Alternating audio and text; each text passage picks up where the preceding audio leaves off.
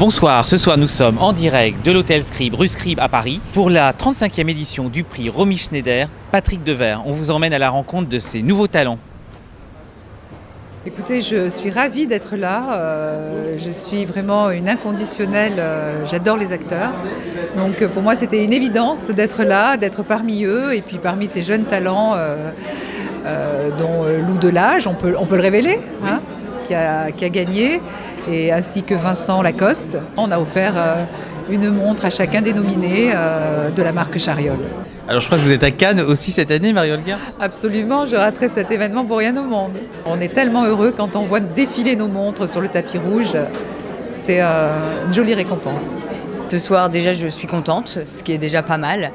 Et ça signifie c'est comme... Il nous donne une petite confiance.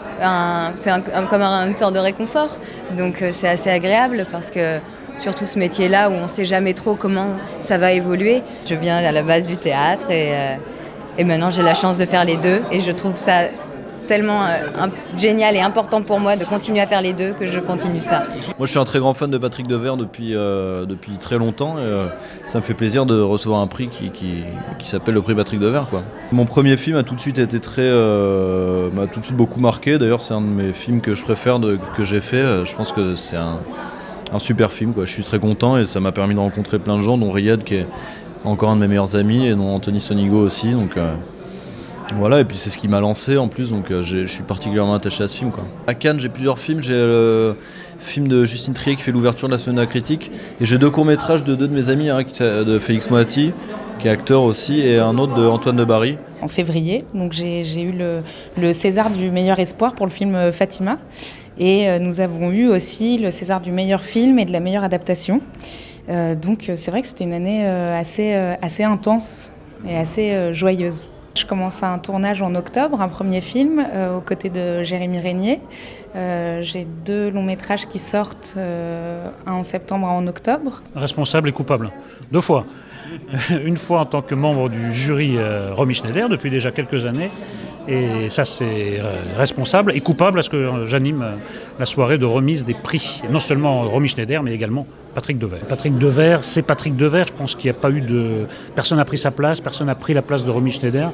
Des gens qui ont marqué l'histoire du cinéma et qui sont un peu uniques. À Cannes, je vais aller au cinéma, très cher. C'est-à-dire que quand je suis à Cannes, je vois 5 films par jour. Je me couche, je me relève, je vois 5 films par jour. Et je me recouche. Mais quand même, entre-temps, je ferai une petite quotidienne, 5 minutes, pour Paris Première avec mon ami et complice Thierry Chaise. Je suis très honorée d'accueillir tous ces talents, d'avoir toutes ces personnalités, ces acteurs, ces personnalités du monde du cinéma pour lesquelles nous avons une très grande admiration, tous, autour de Sofitel, d'accord, et de l'équipe du Scream. Je vous souhaite une très bonne soirée. Merci Vincent.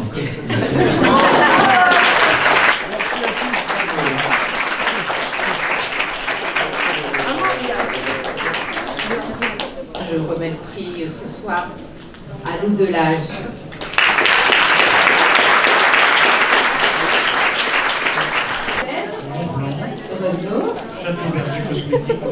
Qu'est-ce que ça vous fait de recevoir ce prix, hommage ? Oh, ça me touche beaucoup parce que j'ai eu le prix Romy Schneider en 1996, donc ça remonte quand même à 20 ans.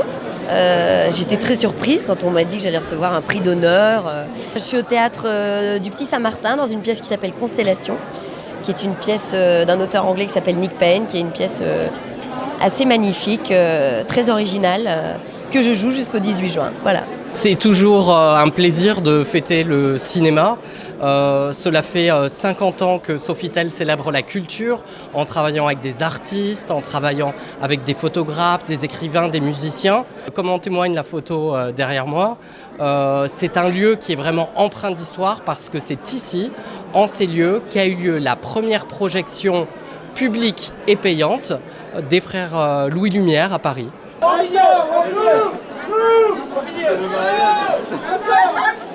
Je les trouve très emblématiques de ce que représente à la fois le glamour et cette force du prix Romy Schneider Patrick Devers qui leur garantit en quelque sorte une longévité dans leur carrière.